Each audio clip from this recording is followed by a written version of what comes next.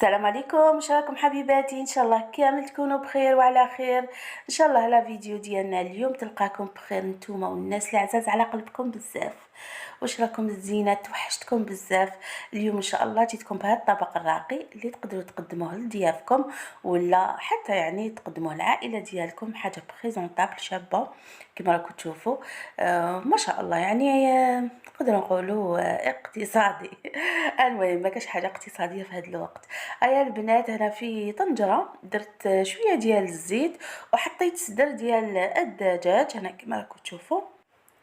هاد لا فيديو هادي كنت نزلت فيديو قصير على هاد الوصفه، وكان يعني بعض الاخوات اللي طلبوا مني نحبط لهم الوصفه على بها نزلتها لكم. هنا ضفت معاها تاني واحد المغرف كبيره ديال السمن. انا حطيتها يعني بعد ما حطيت الدجاج هكذا باش ما تحرقليش. المهم هنا نقلي شويه هذاك الدجاج، زدت عليه هنا حبه تاع بصل. انا درت بصل خضر البنات، هذاك اللي كان متوفر عندي. راكم تشوفوا يعني البصل تاني راه ب30,000. المهم رحيته، درت هكذا واحد الحبه تاع بصل، زدت معاه هكذا واحد زوج سنات ديال الثوم هايليك، وقليت شويه. من بعد يعني نبدا نضيف لي زيبيس اللي حنديرهم ملح، فلفل كحل، درت تاني سكنجبير، ودرت تاني شويه ديال الكركم، هكذا واحد ربع ملعقه صغيره ديال الكركم هكذا باش يعطيني اللون ويعطيني الطعم ديالو تاني يكون شباب.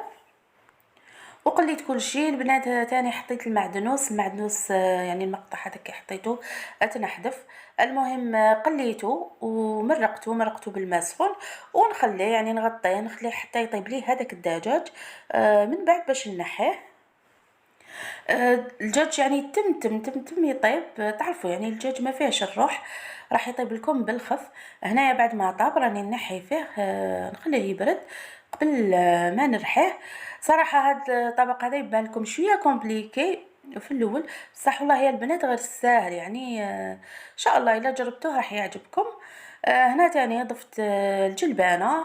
شوفوا البنات، هنا الجلبانه وزروديه على حساب نتوما يعني والعائله ديالكم.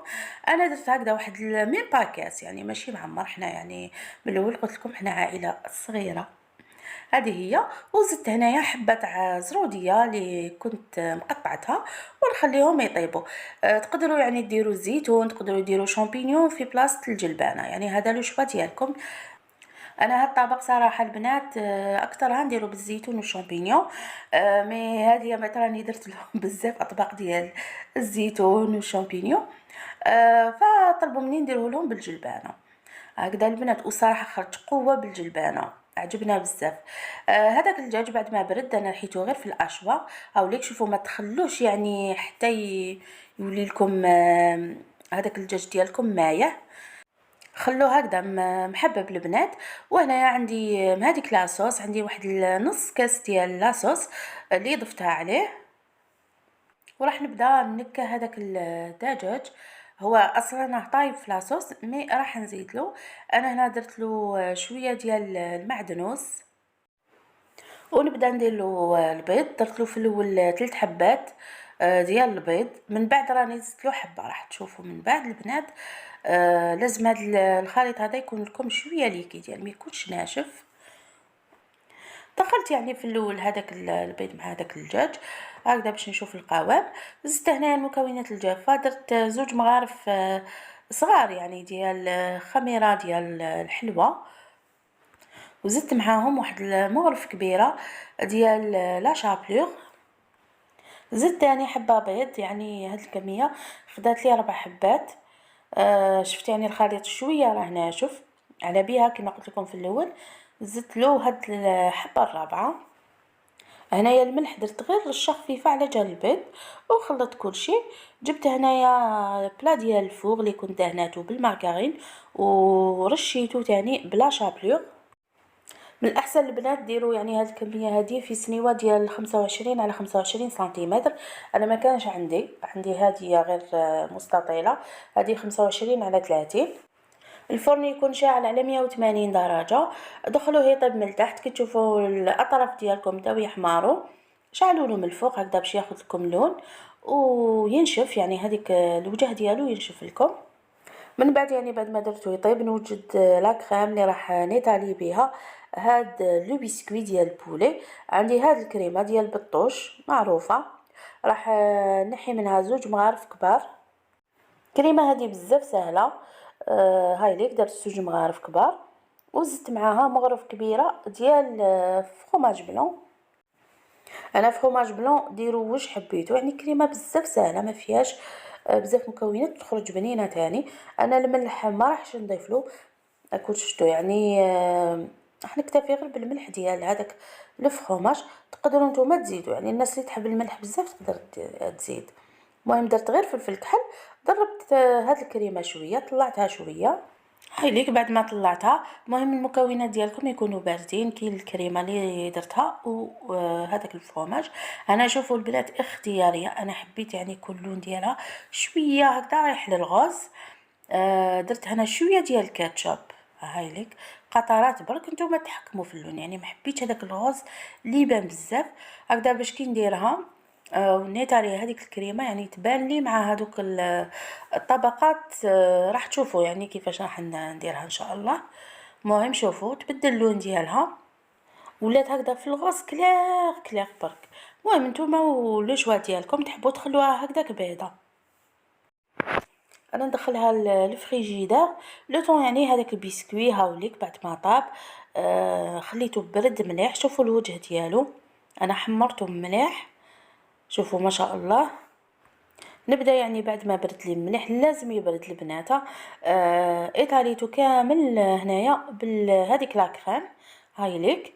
من بعد جبت الكوبات وساويت كامل، حاولت نساوي كامل هذيك الكريمه في الوجه ديال هاد لو بسكوي. كي تبداو يعني تخدموا في هذا لو بلا هذا صراحه حيعجبكم الحال. المهم هنا جبت هاد القطعه هذه ديال الصابلي. انا تجيبوا اي شكل حبيتو البنات، تقدروا ديروا قلوبه، تقدروا ديروهم مدورين، تقدروا حتى تقطعوهم يعني كاري باش ما يكونش عندكم لي شوت. اصلا لي شوت ما يترماوش، يعني تقدروا ديروا بهم دي كروكات، تقدروا ديروا بهم اطباق تانية. نبدا يعني نقطعهم بهذوك القطاعات كما قلت لكم. الشكل يبقى اختياري، ونحط يعني حبه فوق حبه. من بعد كي نكمل كامل الكميه راح نزينهم. شوفوا الشكل ديالهم ما شاء الله، يعني خرج هايل هايل. وديك الكريمه يعني كي ديروا حبه فوق حبه، ديك الكريمه راح تبان لكم في الوسط ما شاء الله، يعني طبق بزاف بنين وشيك كما راكم تشوفوا.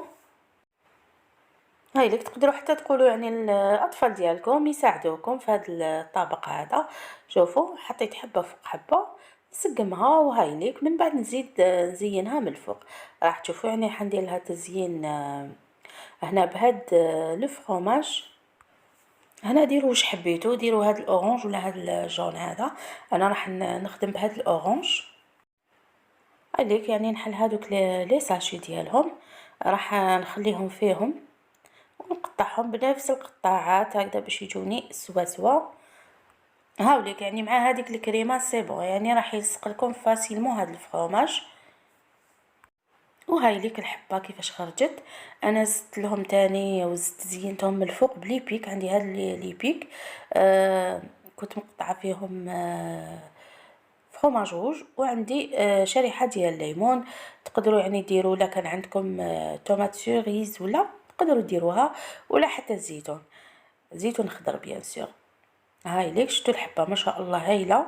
انا ما حبيتش ندير لها الزيتون كان عندي دونك كيما شفتوا يعني لاصوص فيها الجلبانه. حتى هذوك لي شوت ديال الفرomage البنات اللي قطعتو يعني ما ترموش، تقدروا ديروا به بوراك، ديروا به يعني اطباق تانية. هاي ليك الجلبانه شوفوها ما شاء الله خرجت بنينه بزاف بزاف بنينه.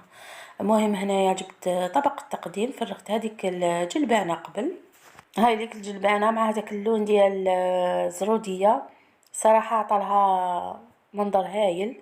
هاي ليك حتى قلت لكم الطعم ديالها بزاف بزاف هايله، غير جربوا هذا الطبق بزاف بنين وشيك، يعني حاجه شابه كتحطوها لافراد الاسره ديالكم او العائله ديالكم ما شاء الله.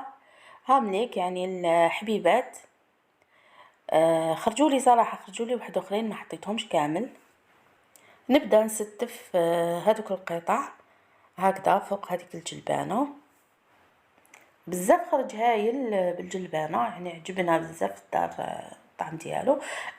كما قلت لكم في الاول البنات اللي ما يحبوش الجلبانه تقدروا ديروا وتعوضوها بالزيتون الخضر عادي مع شويه ديال شامبينيون. وهذا هو كان لا فيديو ديالنا اليوم، نتمنى نال الاعجاب ديالكم، ما تبخلوش عليا حبوباتي باللايك هكذا باش لا فيديو تترفع. تكلا عليكم حبوباتي ترفعوا لي الفيديو باللايكات وبالتعاليق ايضا، كلها تفيد القناة. هذه هي. نبقيكم كامل على خير، صحة فطوركم الزينات. هذا هو الفيديو اللي طلبته مني. نتلاقاو ان شاء الله في فيديو جديد. باي باي.